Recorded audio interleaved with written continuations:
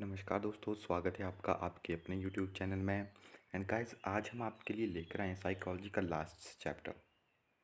इसको आज हम कवर कर लेंगे, चाहे कितना भी टाइम लगे।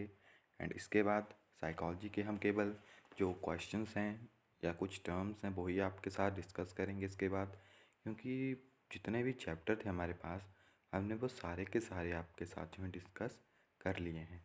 ओके, सो मुझे नहीं लगता कि इससे बाहर कोई सिलेबस अवेलेबल है। सारा का सारा सिलेबस इसी के अंदर है। ओके, सो आज का टॉपिक है NCF, नेशनल करिकुलम फ्रेमवर्क 2005, और ये आपके पास एजुकेशनल टेक्नोलॉजी से रिलेटेड है।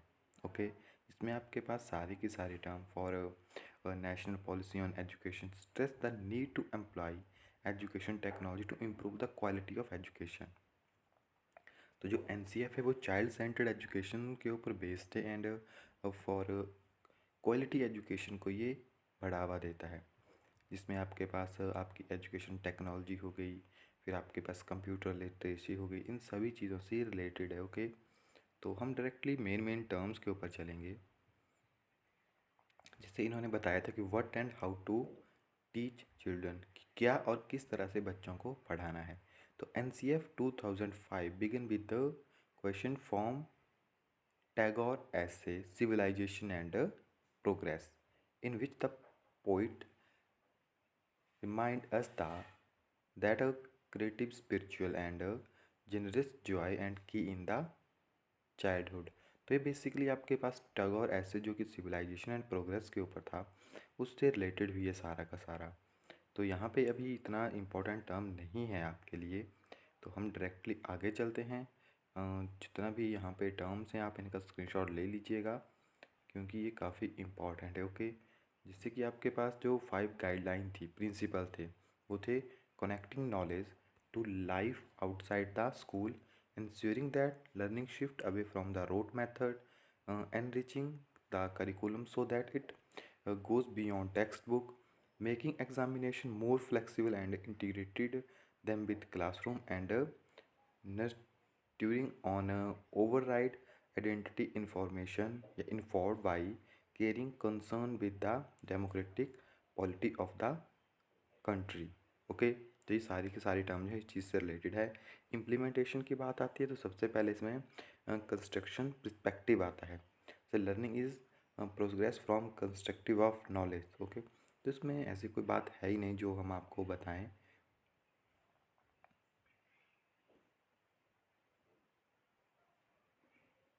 तो जो हमारा ग्रुप है उसमें मैं इस PDF को डाल दूँगा, आप वहाँ से इस चैप्टर को स्टडी कर लीजिएगा। ओके, एनसीएफ टोटली आपके पास लर्निंग बाय डूइंग के ऊपर था, जैसे इंटरेक्शन हो गई, तो इन्होंने सारी की सारी टर्म को एकदम डिटेल में जो है स्टडी किया है।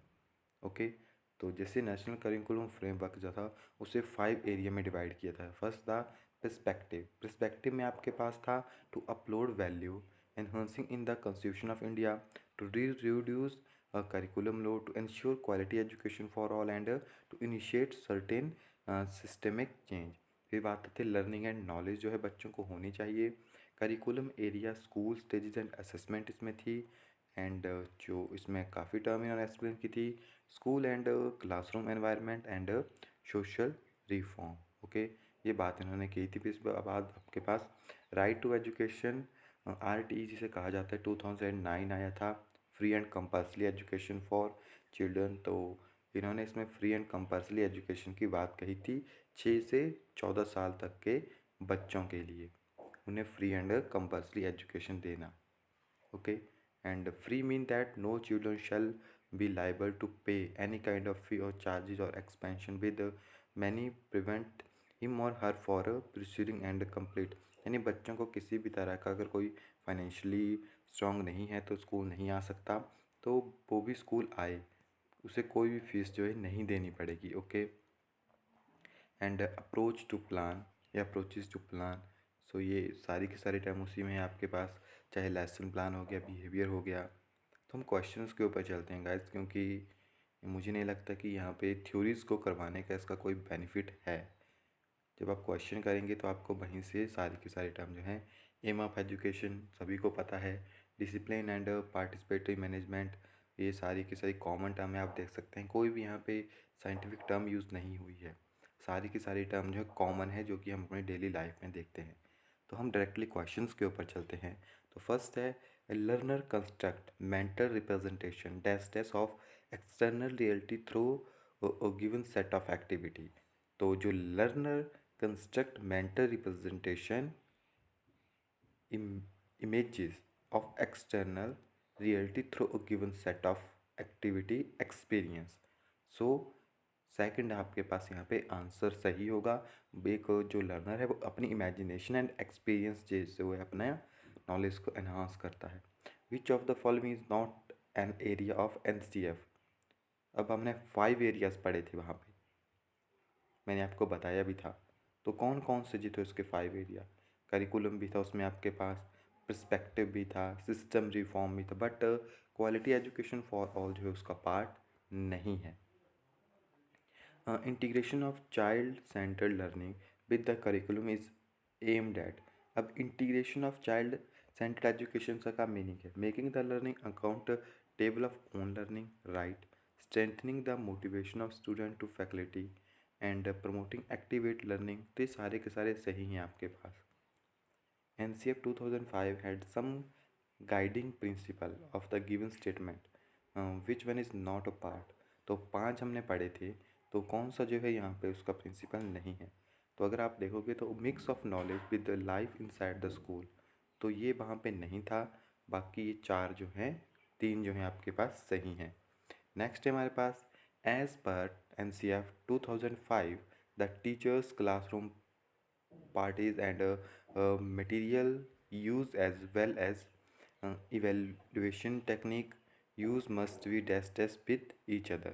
तो जो आपके पास NCF है, teacher classroom practices and material use as well as evaluation teaching must be, तो वो किस तरह की आपके पास होनी चाहिए? Must be internally consistent with each other.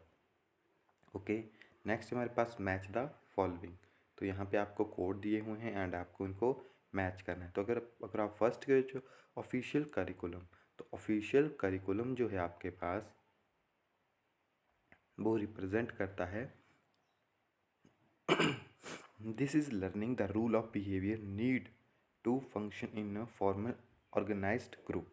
Next है सोशल, तो सोशल आपके पास चलेगा यहाँ पे reform gender role socialisation started in the family and continue in the peer and hidden curriculum, the curriculum often reform that what learner in the family but it can also challenging family socialization।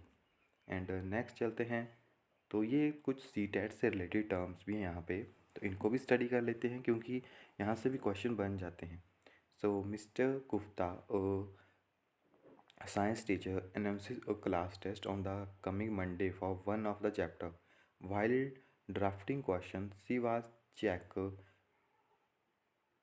whether the question are related to the chapter she is concerned about the question। तो हमने पढ़े भी थे question, ballot, durability, reliability. Okay, तो अब वो question को check करें कि सिलेबस से रिलेटेड है कि नहीं। तो इसे कहते हैं हमारे पास convergence of content. Okay, convergence of content. Next हमारे पास for the expectantly bright student the teacher should adopt which teaching method. तो ब्राइट स्टूडेंट के लिए टीचर को किस तरह का मेथड जो है वो अप्लाई करना चाहिए? Teach them with an enrich curriculum and consider the given statement. आपको यहाँ पे करेक्ट स्टेटमेंट जो है बतानी है। तो अगर आप देखोगे learning take place through interaction with environment through language, सही है। एंड सेकंड जो है आपके पास गलत है, तो ओनली वन। नेक्स्ट हमारे पास the trial and error theory जो कि थॉर्कनडाइक ने दी थी, तो उन्होंने क्या कहा था? तो success is obtain by changing, ये भी सही है। तो success response for selecting for among of response and organise, तो सारे के सारे जो हैं आपके पास सही हैं। And the national curriculum framework 2005 suggest which of the following examination reform. तो उन्होंने किस तरह के एग्जामिनेशन की बात कही थी? Class 10th examination optional. Okay, and the right of education act 2009 specify that if the number of children admitted from 1 to 5 class in above 200 then the pupil teacher ratio, तो प्यूपल टीचर रेशो जो थी 40 तक थी, बताई थी उन्होंने, 1:40, okay, यानी एक teacher and 40 student. And right to education act 2009, the minimum number of working hour per week, तो मिनिमम आवर वर्किंग 2009 के अकॉर्डिंग थे आपके पास 45 आवर, ओके. एंड नेक्स्ट है हमारे पास right to education act 2009 state that a teacher shall perform which of the following duties, teacher को किस तरह की ड्यूटी जो है परफॉर्म करनी थी, तो सारी की सारी maintaining regulatory and punctuality in attending school, conduct and complete the curriculum, complete entire curriculum in specific time. National Curriculum Framework 2005 suggests some activity to promote peace education. Which one of the following enlist in the curriculum framework? तो organise programme first जो है right answer है. And national curriculum framework 2005 talk of major shift from, तो किस चीज़ को जो है शिफ्ट करता है, knowledge as given and fixed as it evolves and it created, तो फर्स्ट जो है आपके पास राइट आंसर है. In the national curriculum framework 2005 under the heading examination reform which of the following reform has been suggested, तो उन्होंने किस तरह का जो रिफॉर्म सजेस्ट किया था, ओपन बुक एग्ज़ाम राइट है, कंटिन्यूस एंड कंप्रेहेंसिव एवेल्यूशन भी एंड ग्रुप वर्क भी वेल, तो ऑल जो है यहाँ पे राइट आंसर है. And Sunadhya and Mamta of a class 7th are bright students but are extreme jealous of each other. How will you as a teacher handle them? तो हम उन्हें बताएंगे कि jealousy अच्छा फैक्टर नहीं है. Talk to them and discreetly about healthy competition. Salim is very good in music but in not able to do well in maths. As a teacher mathematics, how will you handle Salim? So tell him that he can do well and explain the concept of him. And Manjusha is very interested in sports and want to pursue her career in sports. What will you suggest? तो हमें क्या करना चाहिए, तो हमें करना चाहिए she should put in hard work to achieve her ambition.